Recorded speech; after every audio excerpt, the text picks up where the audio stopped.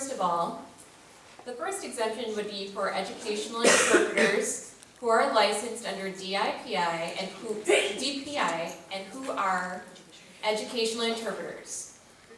So an educational interpreter is for children in an educational setting, a school or school support, or a school-sponsored event. Religious interpreters, meaning education or a religious event in some sort, mass, or somebody hosts something like that, that is exempt. They can still pay those interpreters, however, they will not be required to carry the license. Now, for professional events and services, you must have a license, even if it's a professional event that's religious. For example, a religious college must provide a licensed interpreter.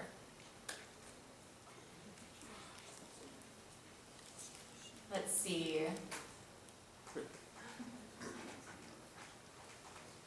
SSP, Sign Support Services, those who work with the deaf-blind community, only if that work is as a mediator between a deaf-blind client and an interpreter. So that interpreter cannot work alone and get paid for their service as an SSP. The SSP can't.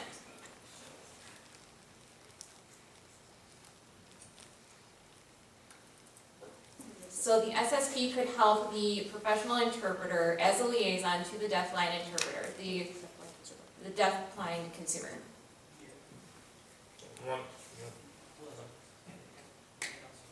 Could you please put down your question? Thank you. So let me see, we covered SSP, who can provide interpreting services as a liaison of communication between the interpreter and a deaf-blind client.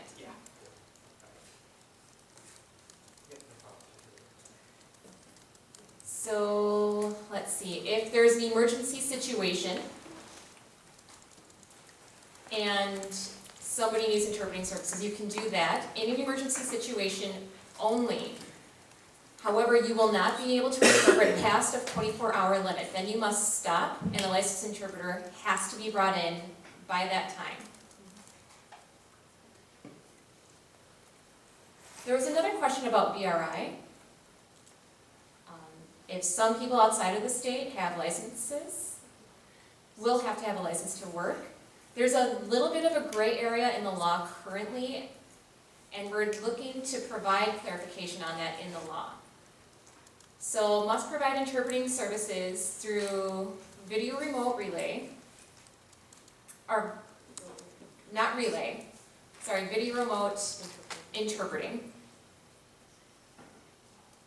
So if that client is in Wisconsin, that interpreter must have the according license. If the interpreter is working for BRI in Wisconsin, they must have a license. So again, they must follow the client. Whoever's in Wisconsin must follow the state required licensure. So for VRS interpreting, which is different, you must have the license that the state uses in the place in which you work. So that could be Purple, that could be Sorensen. We have centers here in Wisconsin. Those interpreters who are employed under those entities must have a Wisconsin license.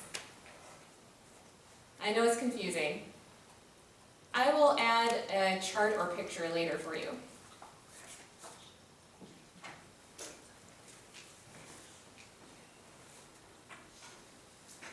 If any of you have any questions right now, could you please write them down on your card, and then after the FAQ you'll be able to come up, or you can leave your card on the table and we will respond to them as best as possible at a later time.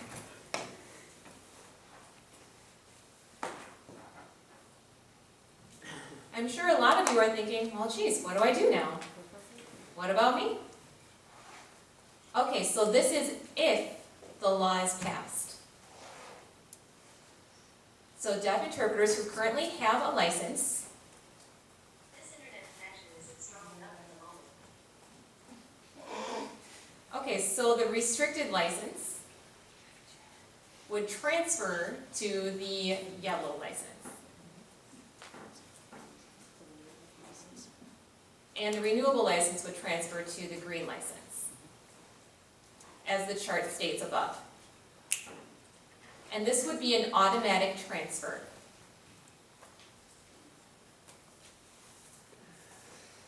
Oh geez, it's a little bit more complicated. This is for people who have yet to obtain a license. So you would still have to follow, you would need a high school degree, you would still need training, you would still need et cetera, et cetera, et cetera. And then you could get the intermediate license, the yellow one.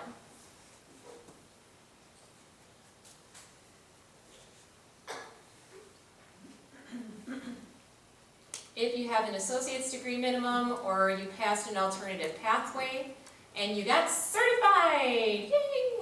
Then you would go to your green license, the advanced interpreter license. So if the law passes and the licensure lapses, and your licensure lapses, then you must follow the requirements above. So if, again, your licensure lapses, the law passes, you will have to follow the new requirements of the law stated. Now this is different. If you already have the license when the law passes, you will automatically be grandfathered into the according licensure category. Now for hearing interpreters, it's exactly the same. If you have a restricted license, you'll be transferred into the intermediate license. If you have the continual license, the renewable, the 150, you'll be transferred into the advanced license category for hearing interpreters specifically.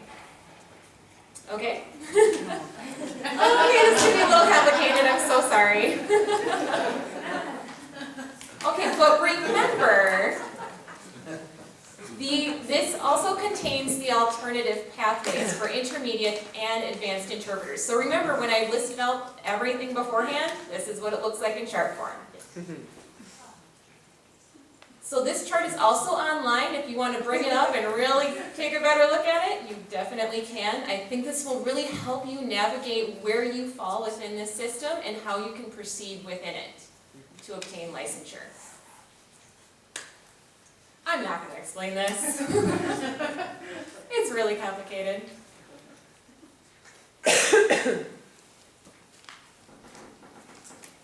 Okay, so remember, there are setting restrictions in which you can work. It was a trade-off. It was a trade-off to limiting your time holding the license versus having the license continually. We had to restrict where you could work. So again, we felt that intermediate licenses, it's meant for people who are just recently graduating ITP and still in the process of gaining skill, gaining knowledge, and we felt that it wasn't appropriate for most medical situations. As some of you may remember, there was a recommendation from SLIT to divide low-risk and high-risk medical situations, mental health, etc. That being said, it became incredibly complicated very quickly. So we decided, for the betterment of our community and for the betterment of our interpreting community as well, that medical interpreting would be for advanced licensed holders only. So does that mean you could never work in them? Absolutely not. You can work with a mentor who already has their advanced license.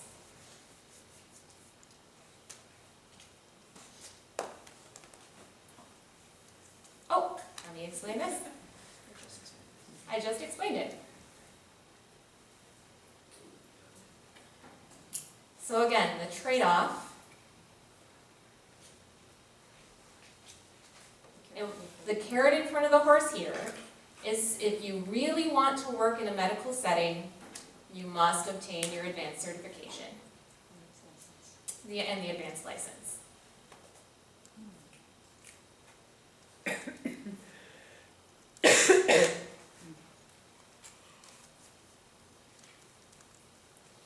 Okay, there is mentorship that you can do with this.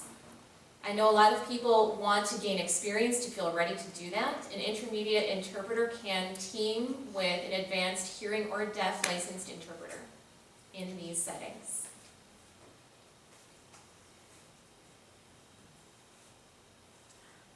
So where can you work? There's a lot of places that are still left available for you. You can work in colleges, you can work in VRS, conferences, business meetings, recreational events, community education, government services. Let's see, there's a variety of settings in which you will be able to work. Can you leave that for a minute? Okay, they asked me to go back a slide. Just one moment. Thank you. You could take a picture. I also have the PowerPoint available for you online as well.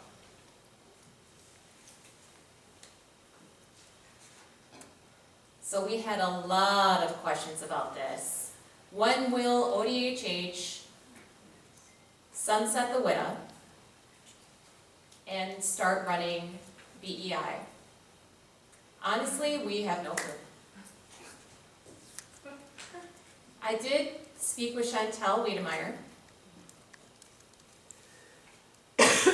She is a staff individual and our lead contact for the WIDA and the BEI over at ODHH. She is the person in charge of answering the questions, and we have been in communication with each other. From my understanding, they are still negotiating the contract with Texas. Once everything is signed and approved, and Wisconsin's legal department and Texas's legal department hash everything out, then they will be able to announce what a timeline and plan is. At this point, they are unable to disclose that. Chantel does, this is her contact information, and any questions could be directed to her. Because honestly, this committee is not involved in that process, and we don't hold the necessary information you may be asking about.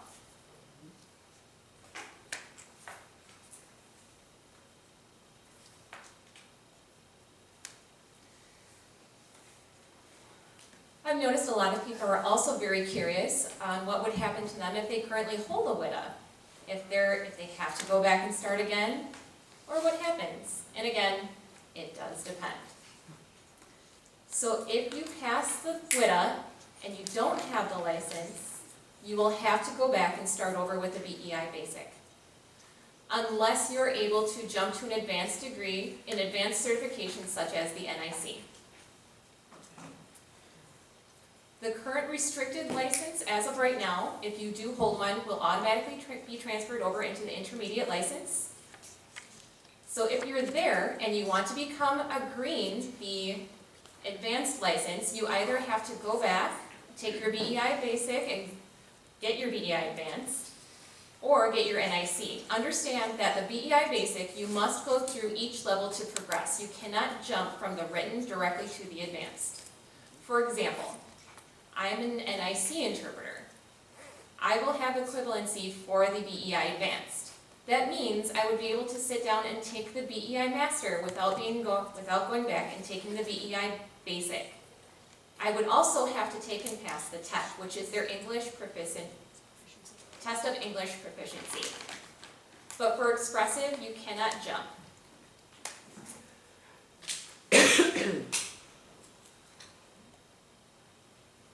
And that is for if you plan the BEI path. You need to take the written, go through the basic, and then get to your advanced. If you plan on going the RID path with the NIC, you are more than welcome to do so.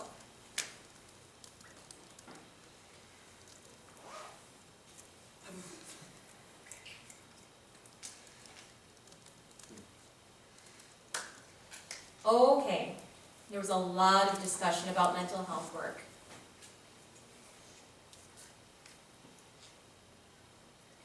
It would be great, and it is really awesome that Wisconsin has a high number of Q certified interpreters here.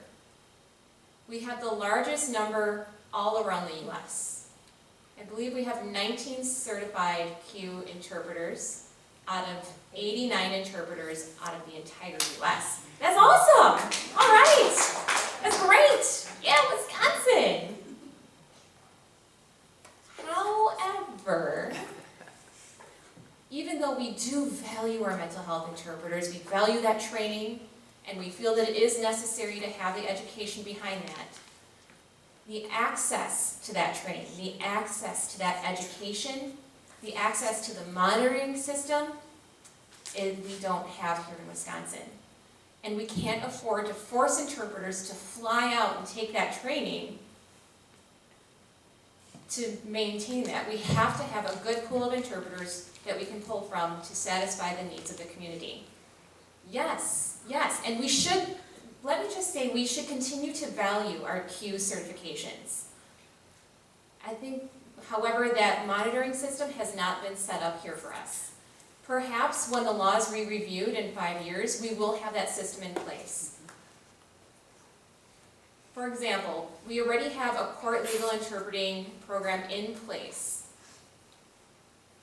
Mental health, we don't have that infrastructure yet. We are working on developing something, but that would be at a later time, and once it's developed, we will be able to change that. Does that answer your question? Okay. Katie Schmidt did ask a question that maybe we could propose mental health work in the bill. The mental health bill? They are proposing that in the bill. But it's not included in the licensure.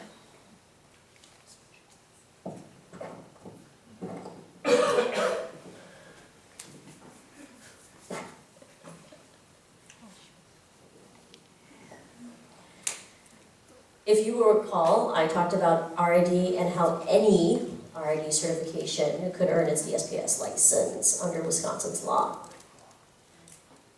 If this law is passed and you hold a DSPS renewable license, you will get your advanced green license. And that includes those who did have a RID education K-12 certificate under RID.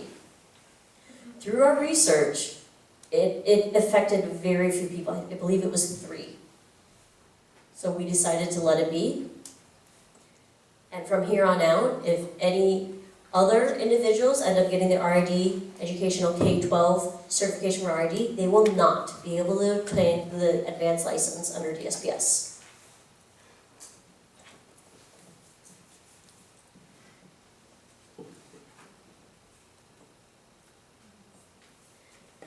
Through our feedback, we saw some people who wanted to know why an alternative pathway or other requirements were different for our deaf interpreters.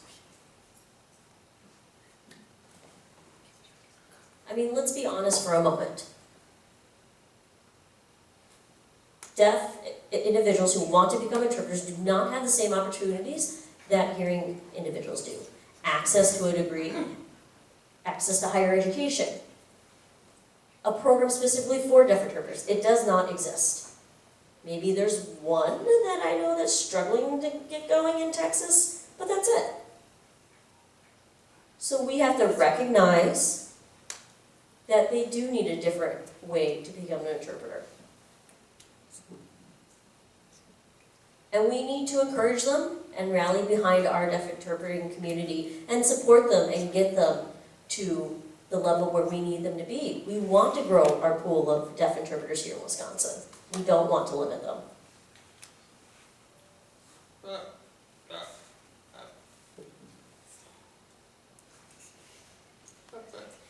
You are already familiar with the Code of Professional Conduct of the CPC under RID.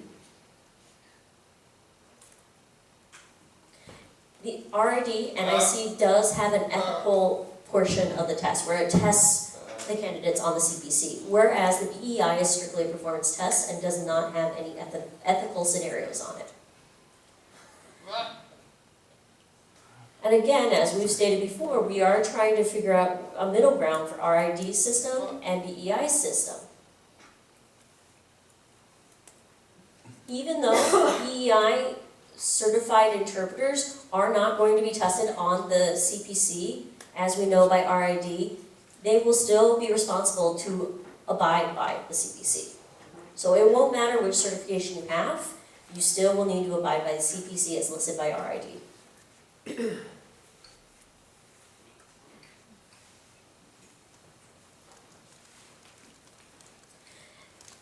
This question is a little bit tricky. Let's say I'm working and I want to bring in my mentee, but we're both getting paid. Is that really mentoring? Would you be able to earn CEUs? And as a committee, we decided it would be best left up to SLIP, the board, and they can define what that looks like.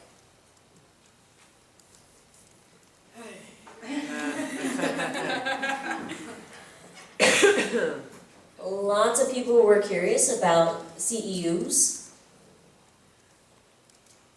Because again, as we can refer to the chart where we had RID system laid out, BEI in general, and in specific states, as we know, it varies from state to state. DSPS will not be responsible for tracking your CEUs. You will have to maintain a record yourself, and when you apply for renewal, you will have to provide that documentation and proof of CEUs. Again, that proof could be your RID transcript, it could be your certificates of completion of a workshop, it could be a letter from WISRID or WAD. Those are all fine examples. If you are under the BEI certification system, each state is responsible to track their own CEUs. So Texas takes care and tracks the CEUs for their Texas interpreters. Michigan tracks its own. There is no one place where all these CEUs are tracked within a BEI system. It is by state by state. This means that ODHH, as the host of the BEI Basic, will be the ones that will have to determine what CEUs will be required to maintain that. And ODHH hopefully will say 20 hours, just like the licensure. Maybe they won't though, and that we can't do much about. Under the RID certification system, again, RID tracks their own CEUs for the CMP. And what's most important is that you take care of your CEUs for your specific certification and then send those in when you renew your license.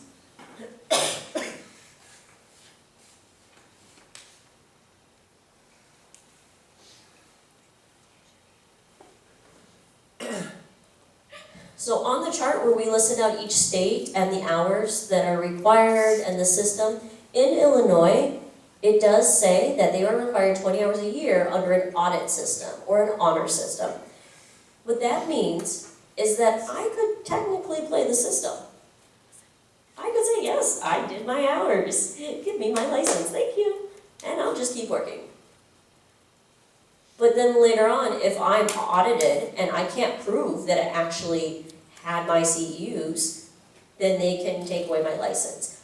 But there are so many individuals under the Illinois BEI system that are not following this honor system because they're like, they're never gonna audit me. Why should I even do that?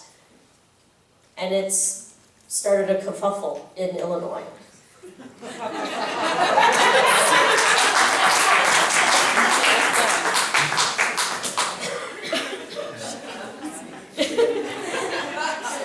The interpreter knows me, that is a word I would use. It is a kerfuffle. And Katie Voss is saying, deaf audience members miss that. It's kerfuffle, it's a funny word. Which just means things went awry. So, okay. Thank you for that, Pam.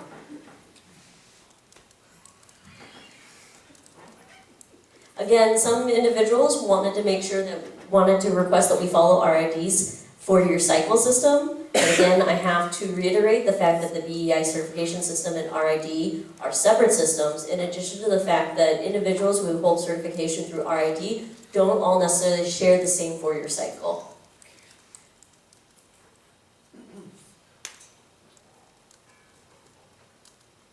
And remember, under our licensure system, you can carry 10 hours over until the new cycle. And additionally, we have allowed up to 5 hours of mentoring and 5 hours of volunteering to count towards your CEUs. So as a committee, we felt that we were very flexible with the CEUs.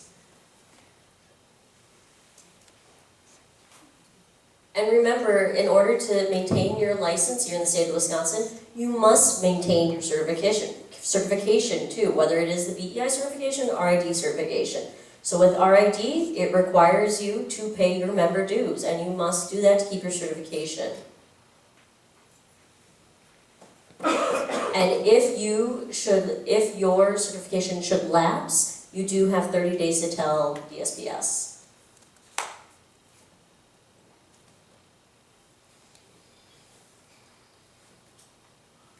Hours of CEUs in 2 years seem like a lot.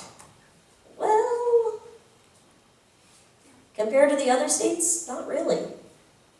Some states require 20 hours every year. And we understand our community is full of very intelligent people, dedicated individuals who go to workshops and trainings, and all the sorts. So we know you're going to get your CEUs. And again, if you earn your BEI certification, ODHH will be determining how many CEUs will be required to maintain it.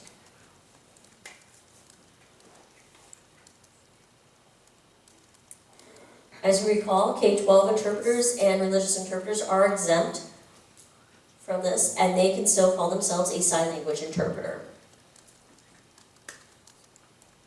Again, you must be functioning as an educational interpreter or a religious interpreter. So let's say you're interpreting in a religious setting, but then you go to a community event and you don't have a license, you are working illegally in that community event. And you are not allowed to call yourself a sign language interpreter.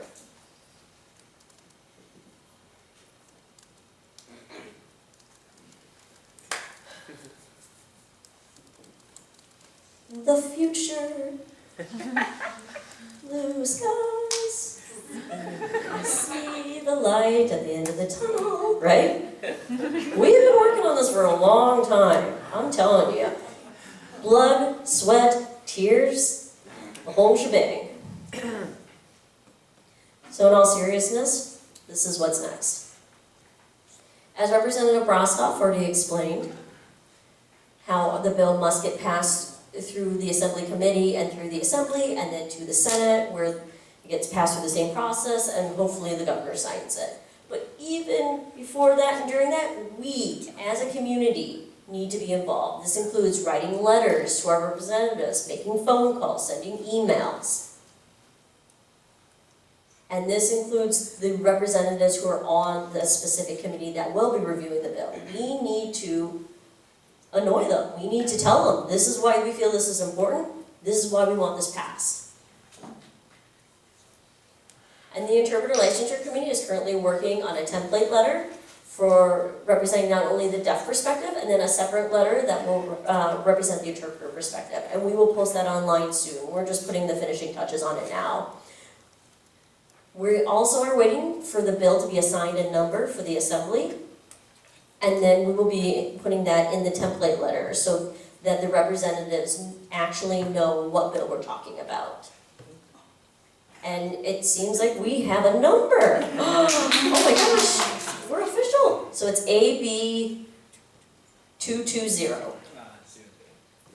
Zero. AB 2200, 2200. All right? So that means AB stands for Assembly Bill. It has not yet been given a title for the Senate. We are currently just focusing on the Assembly. So that is very exciting. We'll make sure to put that in our template letter and send it to you. And then you can just copy and adjust and edit as necessary and send it to your representatives.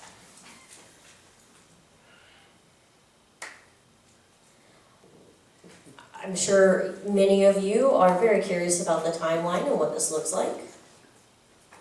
Yeah. You want to come up here and talk about this? Yeah, okay. Oh, thanks.